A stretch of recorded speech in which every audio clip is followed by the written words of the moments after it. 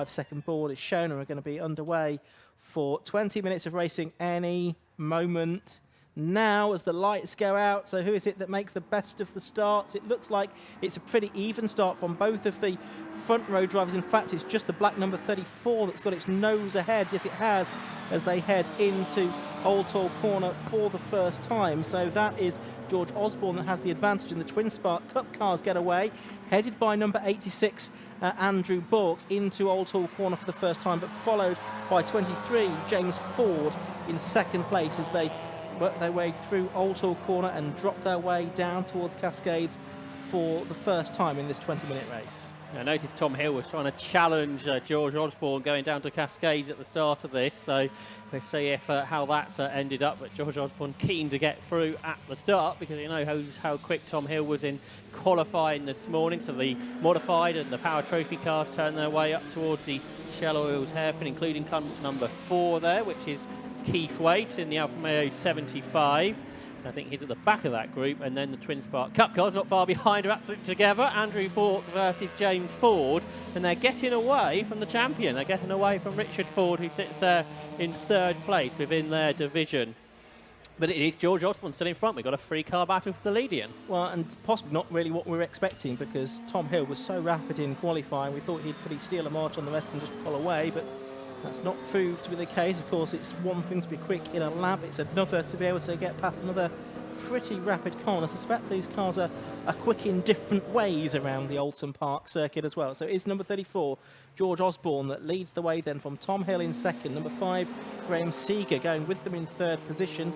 Bit of a gap back to the rest of them in the modified and Power Trophy part of the race. Tom Hill getting almost alongside, and he's alongside on the brakes with George Osborne at Lodge Corner, and he's got through, I think. George Osborne just ringing over the curbs there on the exit of the corner. So Tom Hill at the end of lap 1 makes that move stick. So number 1, Tom Hill takes the lead. 34 George Osborne is second, and a great amount of speed carried by Graham Seeger into Oulton corner that time. He tries to follow Tom Hill through into second position, but in the end he just couldn't quite make it work. So it's still George Osborne second and Graham Seeger third.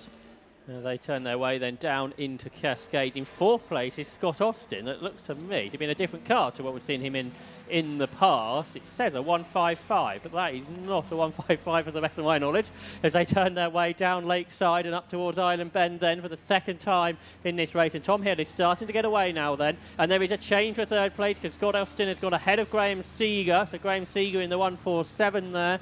Another of the Revs Italia cars turns his way through the Shell Oils hairpin, but the modified class leader, Scott Austin, is up to third. He only qualified 10th, way off the pace, obviously had problems. How quick can he go? Can he take it to Tom Hill, I wonder? But he's already got ahead of Graham Seeger for third. Is he going to challenge George Osborne possibly down towards Knickerborough? That's certainly not a 155 Alfa there in third place, is it? It's a 156 2-litre turbo that he's racing in this race. And he's there with Graham Seeger just behind him. There's a gap back to Gareth Hayward in fifth, and Dave Messenger in sixth place now, ahead of Andy Inman by the looks of it. But yes, and that's Jonathan Tortellini, I should say, off number 48. That's well buried into the gravel trap as well. That's down at the hairpin, I think, isn't it? So that might take a little bit of work to get it removed. Yeah, that was at Shell Oils, so that's a shame for him. He was running in 17th position at the back of the Twin Spark Cup, where some still battles going on there, including Andy Winterden and Tom Williams, novice driver there in one of the Bianco hire cars, I think, as he turns his way up Clay Hill then on the second lap of the race. Meanwhile, across the line, there's been a change with second overall, because Scott Austin has got himself ahead of George Osborne. He's 2.5 seconds behind Tom Hill, so that might be a gap to monitor. But more battles going on there, including Colin Caniff, who's another novice driver in the Twin Spark Cup there, number 9. That is Richard Ford, who is behind James Ford, and they're both behind Andrew Bourke, I think, who leads the Twin Spark Cup. But some good battles throughout that field. Yeah, Connor Davis and Colin Cuniff there having a good scrap, and in the Twin Spark Cup we've now got Andrew Bourke ahead of the slowest of the cars from the first start in Keith Waite, and other cars now are passing him as well. There is Keith Waite, now he's being passed by that battle between Connor Davis and Plymouth as well. We've got yellow flags and safety car boards now out, and that will be because of the Jonathan Tortellini car that was buried in the gravel at Shell Oil's corner. So the race being neutralised. 20-minute race, of course, so there'll be a little bit of time, hopefully, to get that incident cleared and get some more racing laps in towards the end. We've had 2 laps so far, but we're now under safety car conditions, with the lead being held by number 1, Tom Hill, second, number 55, Scott Austin, third, number 34, George Osborne, fourth is number 5, Graham Seeger, fifth, number 50, Gareth Hayward, sixth is 79, Dave Messenger, seventh, number 80, Andy Inman, eighth is 97, Gabriele Icarino, 9th, number 86, Andrew Book, and 10th, number 23, and that is James Ford. And there you can see the safety car. Now that all the cars have gone through, it's going to go out, and it will wait to pick up the leader, Josh. And what it will mean is this 2.5 second gap is no more, and Tom Hill versus Scott Austin on fastest laps was only 0.2 of a second difference. And we said that Scott Austin didn't really have a qualifying session of any particular note, so we can't make a comparison there. But there may well be a battle for the win of this race yet, I think, looking at that. Tom Hill, by the way, is 5 seconds, underneath the Power Trophy lap record here at Oulton Park, which was held by Roger Evans, who unfortunately hasn't made the start of this race. Hopefully we'll see him later on today. So there's the safety car picking up the 2 leaders, Tom Hill and Scott Austin. Scott in the ex-Vincent Dubois 156 Turbo. We saw Vincent out in the Sports 1000 race earlier, and in Vincent's hands, this car was very quick. It was an occasional winner, but it was also very unreliable. So the hope very much is that Scott's been able to sort that out. Well, certainly it didn't get him all the way through the qualifying session, but he's made a good start to this race, and we'll see if he can take the fight to Tom Hill once the race gets back underway. There is the number 9 car. That's Richard Ford. As mentioned, he has won the Twin Spark Cup this year. He's 3rd in the overall point standings as well, coming into this weekend. So, and he is the finance director of high-tech electronical materials that sponsor the championship. So I'm sure he'll be very pleased to be the champion of the Twin Spark Cup this year, and being a real part of the championship as well. Absolutely, being part of the company that sponsors the championship, and racing with his brother, just behind his brother James, on the circuit here in 3rd position. Within that class, it is James that's 2nd in the championship, only just ahead of Andrew Bourke within the Twin Spark Cup. So that could be an interesting battle, I think, in the points going into the race later. I'll check that out before we get to that race. Absolutely. So this high-tech Alfa Romeo Championship race, over 20 minutes. We've got the safety car out there at the moment. Tom Hill, it is number 1 that is leading the way. From 55, Scott Austin in 2nd place. There you can see the safety car leading the cars very slowly past the scene of the incident. There it is, that will be cleared. So I would imagine once this train of cars has gone past that, then the marshals, you can see running behind the barriers there with brooms and buckets and goodness knows what else, they'll be able to get that car moved with the aid of some mechanical intervention, one would think, and hopefully into a position of safety in the race back underway. I know that one of the earlier races at Snetterton in July was quite badly affected by safety cars as well, but hopefully we'll get a few more racing laps on this occasion than we did then. Going back to that incident at Snetterton, it's good to see Andrew Bourke back out, because that was a hefty incident he was involved in, where he was T-boned at quite some speed. It wasn't very Alfa Romeo shaped by the end of it, but that car looking like you'd never know about that accident, and Andrew Bourke back where he generally has been this year, at the front of the Twin Spark Cup, which he has won 3 times over the course of this season. So it is going to be interesting to see how Andrew Bourke can do today, whether he can add 2 more wins to it, and if he can, he will be the driver that's won the most races within the Twin Spark Cup. Of course, he's got to come out on top in 2 races today first. It shows you that category, it generally is in the most competitive of the 3 classes in the Alfa Romeo Championship. Well, the Power Trophy's been good this year, we've already said. Good battles between Tom Hill and George Osborne. Absolutely. So we are still behind the safety car here at Oulton Park in this high-tech Alfa Romeo Championship race. And there you can see the Land Rover has just picked up, or is about to pick up, the Jonathan Tortellini car. I'm not sure about that angle of recovery, but I'm sure they know best in terms of how to recover the car. Certainly picking up plenty of gravel with it. And hopefully they'll be able to haul that out. And I guess the aspiration is that there'll be no more than one lap behind the safety car after this one. There'll be at least one more. I think that proved that when you've got your axles full of gravel, that turning the steering wheel isn't very easy. For Jonathan there? No, absolutely right. So, I mean, this Alfa Romeo Championship, switching to run with the 750 Motor Club from the British Racing and Sports Car Club, with whom they had a long relationship for last season.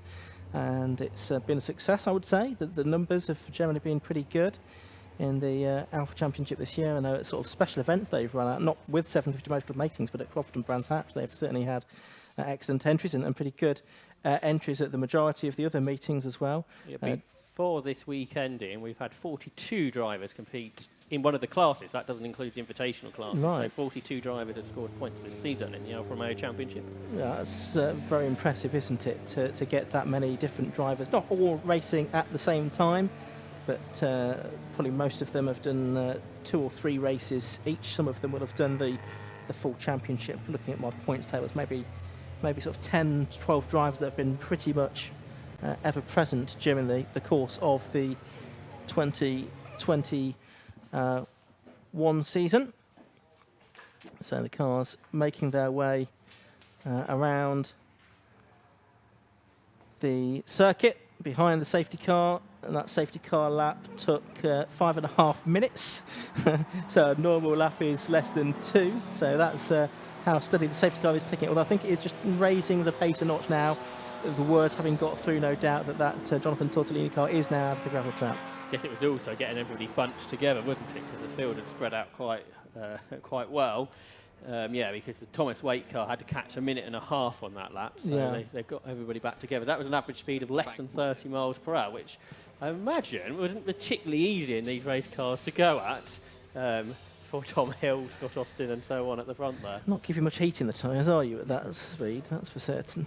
No, I'm saying when race cars don't generally like going particularly slowly, particularly for quite a long period of time, as they probably were there, but hopefully all will be fine and be able to get this race back underway with about 5 minutes or so left to go. And you can see the Tortellini car already, isn't it, being put on the island hairpin where the Alfa Romeo Championship were racing here 12 months ago. Indeed. Do, by the way, have a look at the official website of the championship, alfaracer.com. Excellent website, lots of reports and news, sort of after every meeting, and previews, lots of images. So lots to look at there on the alfaracer.com website as well. It's well worth a look at when you have a few minutes. Not to be confused with Alfa, my live streaming yes. company. Yes. Different spelling. Different spelling, indeed. So we have, how long have we got left in this race? We're probably going to have about 5 minutes or so, I would think, by the time the safety car comes on again. So we might squeeze 3 more racing laps out of this, having dealt with that stricken car at the Shell Corner. On a day where lap records are being thrashed, in the Twin Spark Cup, we're not there yet. Andrew Bork has not beaten the lap record by Paul Plant, which is a 205.6. In fact, actually, in the Twin Spark Cup, it's Richard Ford who's got the fastest lap of the race here, 206.2. Andrew Bork has only got the 3rd fastest lap, so that's actually might be a battle to watch between Bork and the Ford brothers on this restart. Hopefully we'll get 3 laps out of it. The safety car is certainly going quicker than 30 miles per hour now. And the lights are out as well, most importantly. So everyone's sort of trying to keep in some kind of train, although I'm not necessarily sure that's worked that well. It's got a little bit split up as this lap has gone on, so possibly not everyone being fully awake to the fact that the pace has hotted up now. So we're under the control of Tom Hill, and he's got Scott Austin behind him then, 1.54 seconds academically between them because they've been behind the safety car now, but they get back underway and down towards the first corner. It's George Osborne in 3rd place. He looks pretty racy as they get the green flags and the green lighting boards around the circuit, but it is still Tom Hill that has the advantage then from Scott Austin as they drop down the avenue towards Cascades for the 6th time in this race. I'd lost count of how many laps we had, and they turn their way through Cascades now. Of course, the Twin Spark Cup cars will be filing their way through as well. There is Andrew Bourke, who leads that class, James Ford, Richard Ford, and there's the battle rejoined between Connor Davis and Colin Cunniff in their yellow and blue cars respectively. They turn their way through Cascades now. Here are the leaders. And it's a change. Scott Austin has powered ahead of Tom Hill there, so we thought that might happen. So Scott Austin is ahead through the twisty part of the lap, through the chicanes. Can Tom Hill come back at the modified class car, who hops over the curb? Scott Austin, he's pushing on. George Osborne, Graham Seager and Gareth Hayward have fallen away a bit there on the restart. Then Dave Messenger leads the rest. But it was a really good restart in the Twin Spark Cup by Andrew Bourke, because we mentioned the Fords have lapped quicker than him, but he made sure that he made a good restart there and had put a gap again between himself and between James Ford. But new race leader then is Scott Austin. We've had 3 different leaders, haven't we, over the course of this race? Yes, we have indeed, and I don't think necessarily we've seen the last change yet, although having said that, Scott Austin has made good progress on this lap. Of course, he is in a modified class car rather than the power trophy car of Tom Hill, so provided this car stays reliable, and it hasn't always done that in the past, maybe Scott Austin will be able to cling on to the overall victory here. George Osborne and Graham Seager disputing 3rd and 4th overall, and 2nd in the power trophy class down into Lodge Corner on this 6th lap, but there'll only be a couple more laps to go here because we're running out of time. Scott Austin goes on to what will be the penultimate lap, I think, leading the race clearly from Tom Hill, but Osborne and Seager very close proximity for 3rd. 153.7 for Scott Austin, which is just over 3 seconds out of Tim Lewis's lap record in the Alfa Romeo Championship, but that's a really good pace he's got. Of course, he had to pass Tom Hill and all of that as well. And Graham Seager now right on terms with George Osborne, the 147, the newer car just behind the Alfa 75 there. So this is turning into a good battle, and it's Graham Seager alongside here on George Osborne. You can still see the registration plates on the Osborne car, or on the rear of the car at least, and he stays ahead of Graham Seager as they turn their way through Ireland and down towards Shell Oils for this, the penultimate and 7th lap of the race. Yeah, making their way out of the Shell Oils hairpin they go, and they've got the chicane at Britain's, and they'll climb up and over top of the hill, drop back down to the Hislop chicane. There's Gareth Hayward, he's in 5th position, car number 50. But here's the leader, Scott Austin then, number 55. We wondered who the different winner was going to be, with no Barry McMahon here this weekend. Well, it could well be that Scott Austin gets the victory today. Scott Austin got his first podium at Snefton. That's his only podium, which was a 3rd place. So this is quite a big jump from there. And as you say, it's not the car he's been racing all season either, so it's a change for him. He's got a lap and a little bit left to go here. Is that gap coming down? Well, I think it might be. It was 2.28 seconds at the start of the lap. And there's the battle for 3rd and 4th. You can see now George Osborne and Graham Seager. Seager gets a good run out of Druids there. Will try and challenge Seager into Lodge Corner. He looks to the right, he now looks to the left-hand side of the circuit. That Revs Italia prepared in a liveried car, which looks absolutely fantastic, doesn't it? Up on 3 wheels at Lodge Corner. Last lap board does go out to the race leader Scott Austin, and the gap, which was 2.28, is down. It is down 1.34 seconds as they go on to the final lap. But the fight for 3rd is even more intense, Josh. Yeah, they're absolutely going at it, aren't they? George Osborne in the 75 and Seager in the 147 Alfa as they turn their way down in towards Cascade. Locking up is Seager. He breaks so late. He tries to go around the outside of George Osborne. Don't think that's going to work, but he's perhaps going to try on the exit of the corner. He's going up the left-hand side of the track, going down towards Island Bend. And Scott Austin's picked up his pace again, hasn't he? It's time to pull away again from Tom Hill. But for 3rd place, George Osborne has held on. He's still in front. Just about as they turn into the Shell Oils hairpin. Yeah, no, later on the brakes there was Graham Seager in a more modern car. I mean, you would imagine it has more modern brakes, but that doesn't follow because, of course, there'll be all kinds of modifications and developments to these cars anyway. It's certainly a newer chassis than that of George Osborne for Graham Seager, but other parts may vary. There's Hayward still there in 5th position as well. It's still Andrew Bourke leading by about 3 seconds in the Twin Spark Cup. And now he has set the lap record, 200th of a second under the previous best. Here's the battle for 3rd then. It's George Osborne, number 34. in that Alfa 75, and it is Graham Seeger right behind him in the number 5 147 GTA.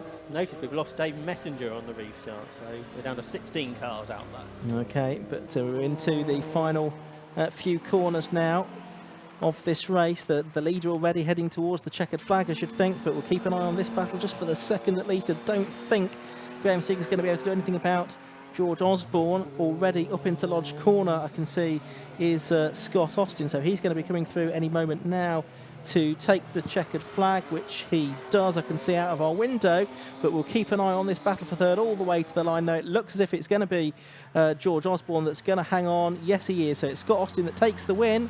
First victory of the season in the Hi-Tech Alfa Romeo Championship from Tom Hill in second place. The gap had gone back out to 2.28 seconds by the end. George Osborne third. Graham Seeger fourth. Gareth Hayward now crosses the line in fifth position. That's going to be a bit more of a gap back to Andy Inman in sixth.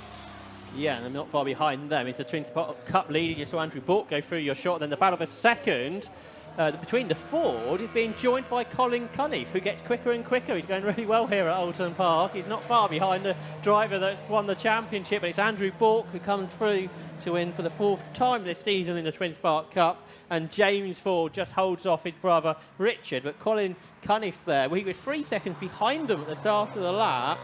Comes through there in fourth place and sets a lap time only 400 slower than the class winner, Andrew Bork. A really good job there from a driver new to racing. Yeah, only his second meeting of the season. He didn't do the last meeting, but I think he did. Was it the Snetterton round, the one before that? So that's only his third ever car race, I think. Yeah, so that's a great effort from Colin, and he got away from Connor, who was battling with before the safety car as well, but Connor finished 12th, Connor Davis.